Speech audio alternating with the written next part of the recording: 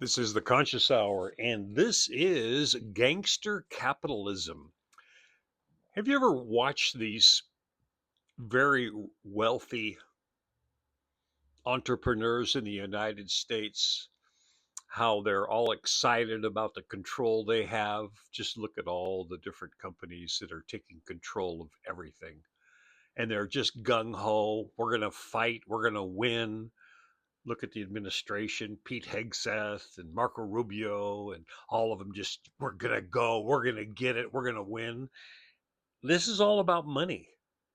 It's all about winning this game of Monopoly, and they're ready to destroy the world just because they have this ideology that Israel is the sacred land and we've got to control that region. Why? Because they've got $400 billion that wants to develop the entire coastline from Egypt all the way through Lebanon. It's the Greater Israel Project.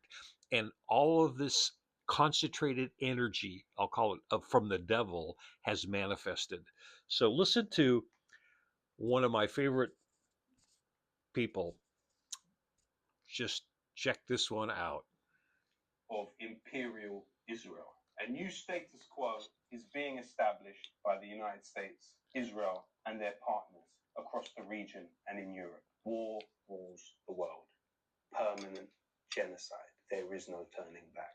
The Zionist empire of Israel is expanding. Israel, in 600 days, has bombed Gaza, Syria, Lebanon, Iran, Yemen, and the coast of Malta. Israel is setting the world on fire to protect its genocide. From a settler colonial ideology to an imperial power, the choice in the region is between independence or direct Israeli control.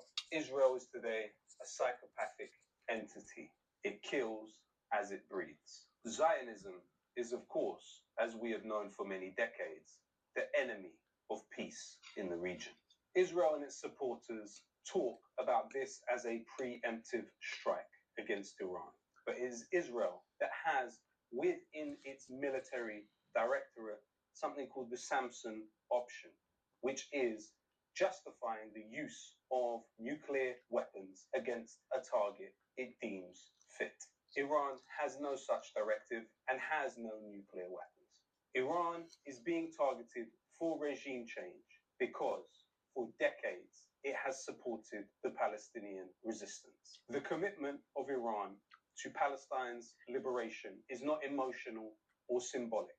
It can be clearly traced through the words of both the Palestinians and their enemies, as was revealed by Talal Naji, the General Secretary of the Popular Front for the Liberation of Palestine. Iran has gone to great lengths to arm, train, and fund all of the Palestinian resistance factions fighting Israel. He also asserts that Iran made possible for the Palestinian factions to develop their own means to defend themselves through training which took place in Iran, Syria, Lebanon, and Gaza. Talal Naji stated it was Soleimani himself who oversaw the delivery of Russian Hornet missiles to the resistance factions, which were then able to lay waste to Israeli Merkava tanks. Saleh al-Aruri, the late Hamas leader, stated Iran was the only state in the world with a budget that existed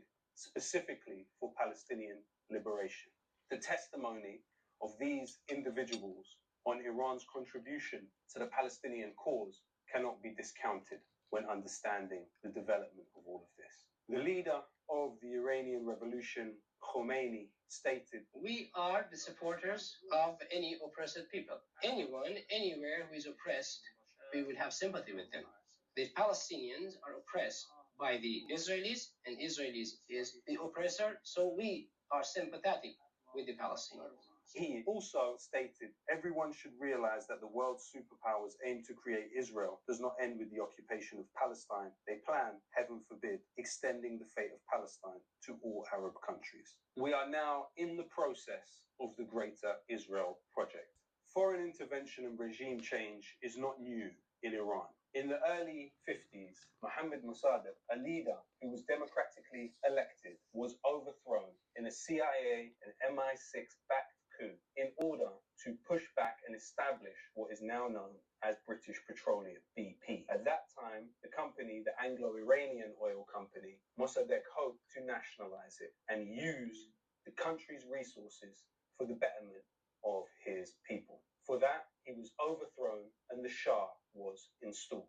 Today, you have the son of the Shah vying to take over Iran. The ultimate solution is regime change. Finally, now we have an opportunity. Where just are we about the heading? only Alex thing. Karp of CIA firm Finally, Palantir, which has one. been essential to Israel's just about- genocide in Gaza. I'm super proud of our stuff on the battlefield and to kill our enemies and scare them because they know they will be killed.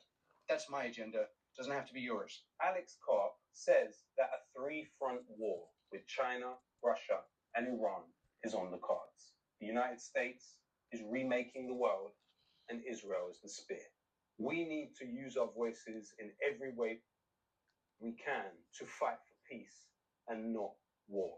While this policy is being taken by some of the most unpopular governments in the history of humanity, the vast majority of people across the world are against this war. Israel has normalized the killing of children in Palestine, in Gaza, in Yemen, in Syria, in Lebanon, and now Iran. The longer this continues, the more possible it will be in future to kill other children in other places. This is degrading our own humanity. As you can imagine. That's your reality check there.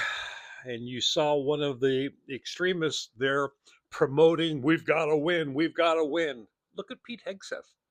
He changed the name from the Department of Defense to the Department of War. Look at all of our little politicians that are hoodwinked and bribed by Israel. Look at Lindsey Graham.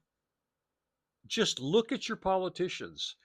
Do not get stuck in this Republican or Democrat mindset.